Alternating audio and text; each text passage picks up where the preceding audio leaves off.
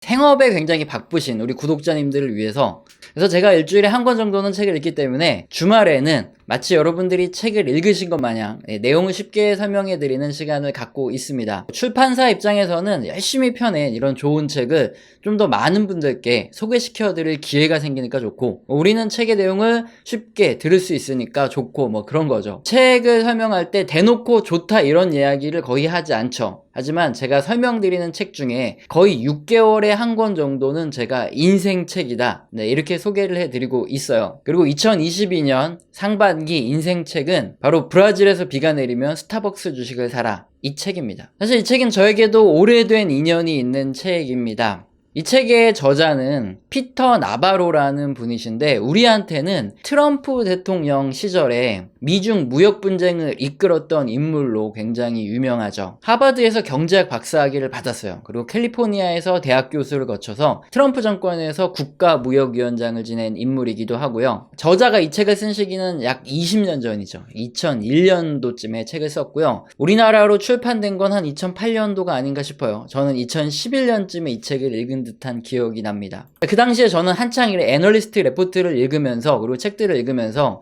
실전적인 거시경제 공부에 좀 열을 올리던 이런 시기였는데, 제가 이 책을 읽고 이건 그냥 개인이 자신이 견해를 쓴 이런 책이 아니라 거시경제 공부, 즉 매크로 투자의 교과서다, 이런 느낌을 받았었어요. 제가 교과서라고 칭하는 이유가 있습니다. 모든 기본은 여기서 출발을 하고요. 20년 동안 매크로 투자에 대해서 많은 분들이 관심이 없어요. 학습 효과가 그렇게 많지가 않아요. 그래서 지금도 실전에 충분히 써먹을 내용들이 대부분이라는 거죠. 여기에 주식에 발을 처음 들인 어떤 투자자 A씨라는 분이 있다 하겠습니다. 그 A씨는 여러 권의 책을 읽다가 스타벅스라는 기업에 딱 꽂히게 됐어요. 사람들이 굉장히 붐비는 점심시간, 퇴근시간, 그리고 또 주말에 굉장히 카페에 사람들이 많은데, 이 A씨라는 사람이 직장 근처에 스타벅스 매장을 지나쳤거나 아니면 방문을 할 때 자리를 못 맡을 정도였죠. 또 자리를 잡고 커피를 마시다 보면은 앉아서 먹는 사람뿐만 아니라 테이크아웃을 하는 사람이 정말 끝이 없어요. 무엇보다도 투자에서는 경쟁자가 굉장히 중요한데, 예전에 보면은 드라마가 끝날 때 이런 배너가 나오면서 굉장히 아쉽게 끝나죠. 카페베네 등이 한때는 스타벅스를 밀어낼 것이다, 이렇게 여기기도 했고, 이거 말고도 국산 브랜드들이 굉장히 많았는데 결과는 어땠죠?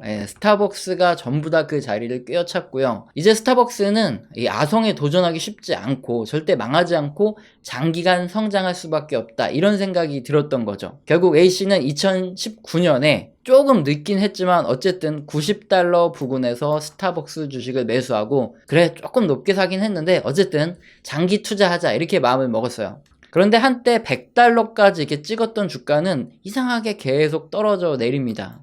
그리고 올라갔다가 또 다시 떨어져 내리기를 반복하죠.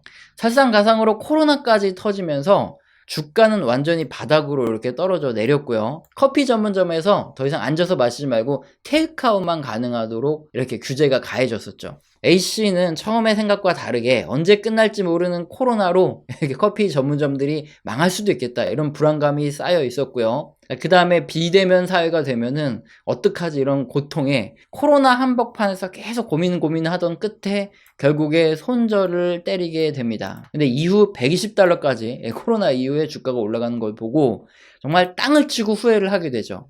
자, 여러분이 이 투자자 A씨를 보고 어떤 생각이 드시나요? 좀 더 기다렸어야지, 이게 첫 번째고, 두 번째는 어차피 코로나라는 게 언젠가는 끝날 텐데 그냥 그걸 못 기다리고 팔았냐 바보, 이런 생각이 드실 거고, 세 번째는 기업만 열심히 공부한다고 주식에 성공한다면 세상에 진짜 돈 못 벌 사람이 한 명도 없겠지 않냐. 나도 10년 근무한 우리 회사 주식 한번 투자해 봤는데 정말 그게 쉽지 않다, 이런 말을 하시는 분들이 굉장히 많을 겁니다. 근데 정말 소름 돋을 정도로 정확한 분석이죠. 그리고 말씀하셨던 조언들 하나하나의 기본 전제로 가지고 있는 게 뭡니까? 거시경제 흐름을 모르고 죽어라 종목만 분석하고 판다고 주식 투자에 절대 성공할 수 없다, 이런 전제가 깔려있죠. 자, 이 책의 제목인 브라질에서 비가 내리면 스타벅스 주식을 사라, 이 내용은 거시경제의 큰 흐름을 이해하고 주식을 투자해야 성공할 수 있다, 이 뜻입니다. 그러면 왜 브라질에서 비가 내리면 스타벅스 주식을 사야 되냐? 그림이 뭐냐면은 전 세계 커피콩이죠. 커피 생두라고 하는데 이것을 얼마나 많이 수출하냐, 누가 많이 수출하냐, 예, 이 차트예요. 브라질이 가장 많이 수출을 합니다. 브라질에 가뭄이 들어서 비가 잘 내리지 않으면 커피의 생두 가격이 급등을 하겠죠. 그렇게 되면 쉽게 커피 가격을 올리기 힘든 스타벅스의 입장에서 원가가 급등하게 되니까 이익이 감소할 수밖에 없겠죠. 그럼 반대로 이렇게 가뭄이 들어가지고 스타벅스의 영업이익이 좀 감소한 이런 상태에서 비가 갑자기 내리기 시작합니다. 그러면서 가뭄이 해소가 되는 거죠. 그럼 어떻게 되죠? 커피콩의 생산량이 앞으로 증가할 수밖에 없겠다, 이런 전망이 딱 나오게 되는 거죠. 그러면 당연히 앞으로 스타벅스의 영업이익이 점점 늘어나겠다, 이런 기대를 가질 수밖에 없죠. 스타벅스에 투자를 하고 있는 투자자라면 브라질에 가뭄이 드는지 또는 비가 내리는지 이렇게 거시적인 경제 흐름을 살펴보는 것도 굉장히 중요하다, 이 설명을 하고 있는 겁니다. 물론 장기적으로 5년, 10년 이렇게 내다본 투자 아이디어는 아닐 수 있죠. 스타벅스가 어떻게 글로벌하게 자리를 잡아가고 신제품을 내놓고 매출을 증대시키는지 여부가 장기적인 투자의 핵심이겠죠. 하지만 현실에서는 정말 다르죠. 현실에서 우리들은 어떻습니까? 대부분 장기 투자자는 맞아요. 하지만 그게 정말로 기업의 미래를 보고 장기 투자를 하고 있는 게 아니죠. 어떻게 투자를 하다 보니까 고점에 물려가지고 어쩔 수 없이 원금 회복되기를 기다리는 비자발적인 장기 투자자들이 우리들 대부분 거의 90% 이상이 그런 장기 투자자들이에요. 그래서 나는 좋은 기업을 살 때 그냥 아무 때나 사서 장기 투자를 하겠다, 이런 생각은 애초에 버리는 게 좋다 이거죠. 이왕이면 우리가 스타벅스 주식을 장기 투자하더라도 내가 매수를 하고 나서 주가가 당장이라도 튀어오를 수 있는 시점에 매수하는 것을 노려야 된다 이거죠. 그럼 이런 논리와 유사한 구조를 하나 더 볼까요? 우리나라에서 장기 투자를 하기에 가장 적합한 종목은 뭘까요? 네, 망설일 필요 없이 바로 삼성전자죠. 그런데 무턱대고 삼성전자를 사면 고점에 물려서 한참 고생하는 경우가 많아요. 단기적으로 튀어오를 만한 구간을 알 수 있는 이런 한 가지를 이 책에서도 소개를 하고 있습니다. 바로 대만의 지진이 나면 삼성전자 주식을 매수하라 이건데요. 이 책이 20년 전에 쓰였다고 말씀드렸는데 그 당시에는 시스템 반도체보다 D램이 굉장히 중요한 시점이었죠. 당시 대만은 글로벌 D램 칩의 약 15% 공급을 담당하고 있었고 그 당시에도 삼성전자라든가 하이닉스가 최고였죠.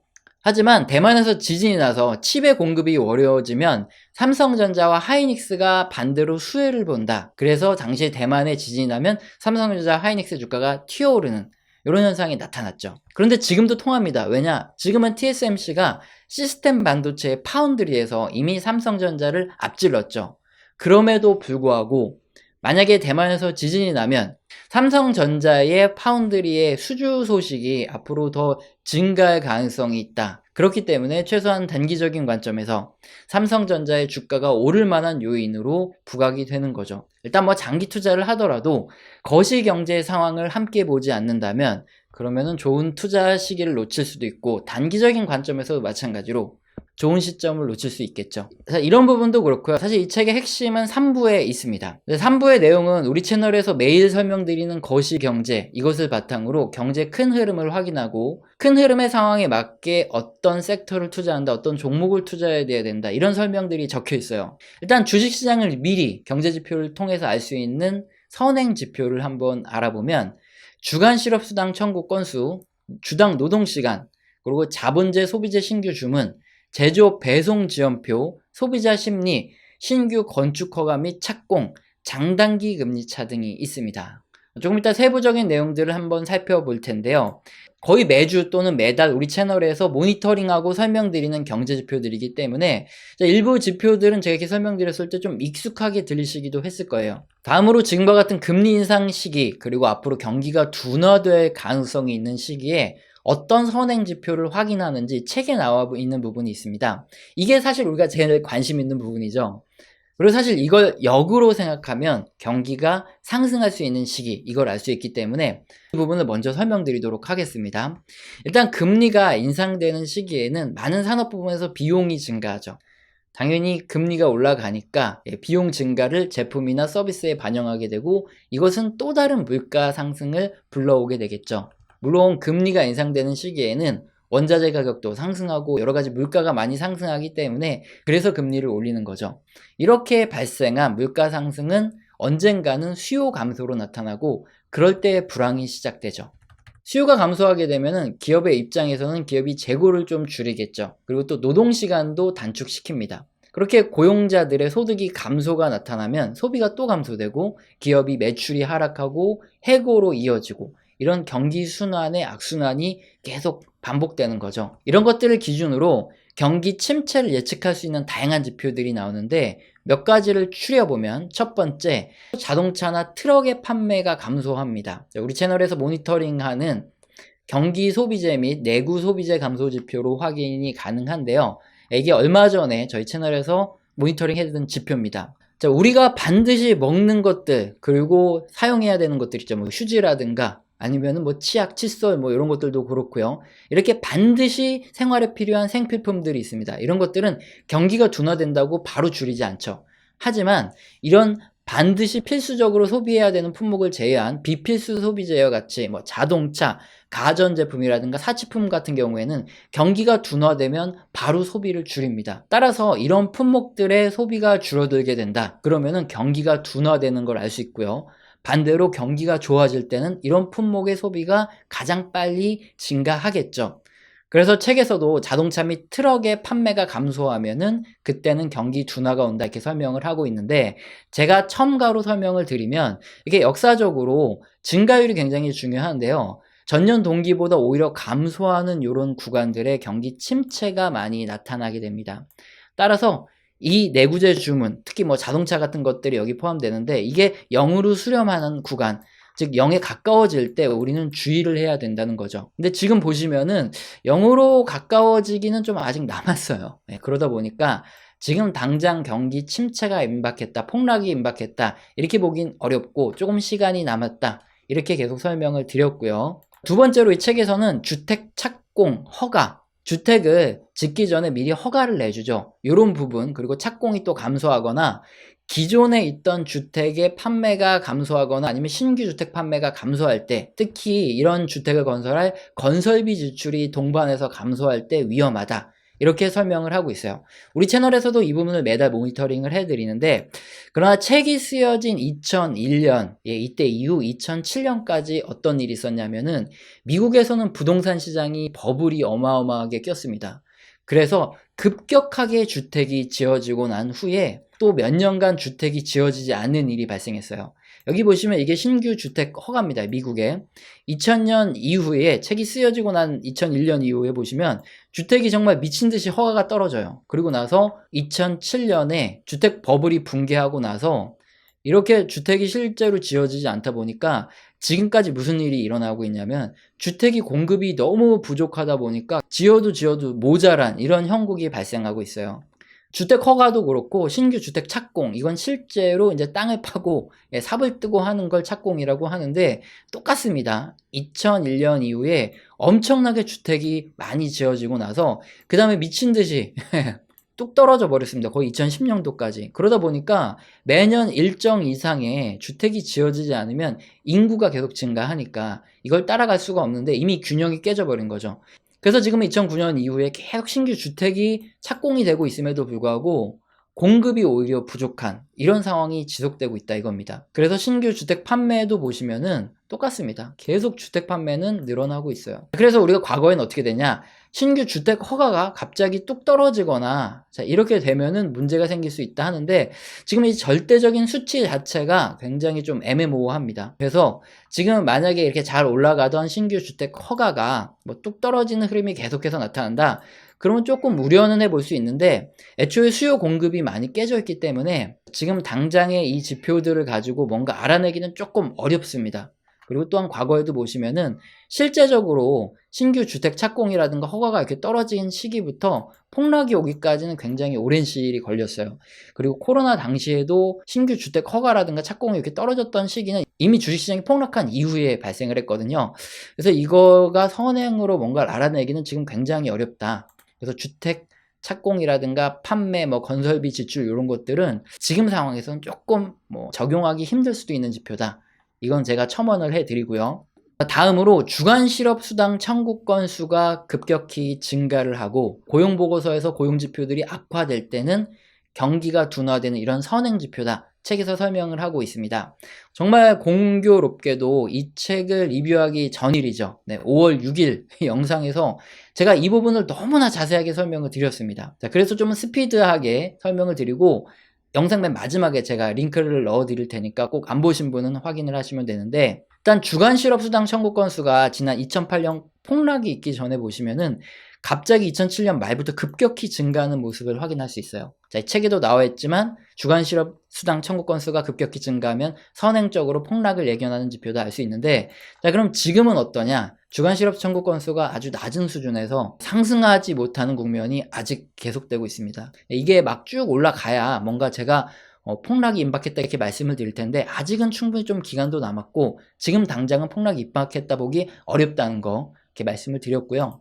다음으로 또 비농업 고용 부분이라든가 아니면 고용지표에서 가장 선행하는 비농업 구인 공고도 지금은 너무나 높은 상황이기 때문에 이것으로 경기 폭락, 경기 둔화가 임박했다, 그래서 주식시장이 폭락이 임박했다 이렇게 설명하기 어렵다, 제가 이전 영상에서 설명을 드렸습니다. 다음으로 책에서 평균 노동시간에 대해서 설명을 하고 있거든요. 경기가 회복될 때 이렇게 노동시간이 늘어나는 것, 요거는 굉장히 좋은 지표죠. 그래서 주식에 투자하기 굉장히 좋은 시기다, 요건 알 수 있는데, 근데 문제가 있습니다. 지금 이렇게 경기가 둔화될 거로 예상될 때 고용이 감소하는 반면 노동시간이 늘어난다, 그러면 굉장히 안 좋은 지표다 이렇게 설명을 하고 있어요. 고용이 계속 늘어나고 있습니다. 지금은 애초에 구인난이 너무 심해요. 한마디로 일을 할 사람이 부족한 시기이기 때문에 평균 노동시간이 뭐 감소하거나 증가할 수 있는 상황이 아니에요. 지금 일을 더 시키면은 사람들이 이직을 해버립니다. 여기저기서 너무나 구인난이 심하기 때문에, 그래서 평균 노동시간은 당분간 계속 횡보할 수밖에 없을 거고요. 경기가 뭐 급격히 안 좋아진다 그러면 이제 노동시간이 감소할 수는 있겠죠. 하지만 당분간은 평균 노동시간은 계속 횡보할 가능성이 크다. 그래서 역시나 평균 노동시간 지표도 아직까지 뭐 경기에 선행해서 주식시장의 폭락을 예측하기는 좀 지금은 어려운 상황이다, 이렇게 말씀드릴 수 있습니다. 그 다음에 이런 다수의 경제 지표들을 책에서 설명을 하고 있고, 이런 것들을 확인해서 지금 경기 상황이 어느 국면인지 확인하고 이 주식시장에서 투자해야 될 섹터, 산업, 종목 이런 것들을 책에서 설명을 하고 있는데, 제가 이것까지 설명하는 거는 허락을 받은 사항도 아니고 정말 이것까지 설명하면 책을 사보는 분이 없겠죠. 그래서 이 부분은 제가 설명해 드릴 수가 없는 점 굉장히 죄송스럽게 생각합니다. 그리고 제가 추가로 제가 오늘 영상에서 책의 내용을 설명드리면서 제가 첨언해서 이건 당장 쓰임새가 있고 이건 쓰임새가 없다 이런 첨언을 해서 설명드린 이유는 책의 내용이 틀리다는 게 아닙니다. 이 교과서라는 게 어떻습니까? 교과서를 바탕으로 스스로 실전에 적용해 보면서 주가 움직임이 이렇구나, 지금 상황은 이렇구나, 이런 것들을 실제적으로 대입해야 된다 이거예요. 그래야지 내 실력도 늘고 점점 시간이 지나면서 그것들이 내공으로 쌓아간다는 거죠. 따라서 어떤 분들 같은 경우에는 단순히 책의 한 내용만 보고 이건 좀 다른데 하면서 나머지 내용까지 전부 틀릴 거라고 착각하는 우를 범하는 경우가 있어요.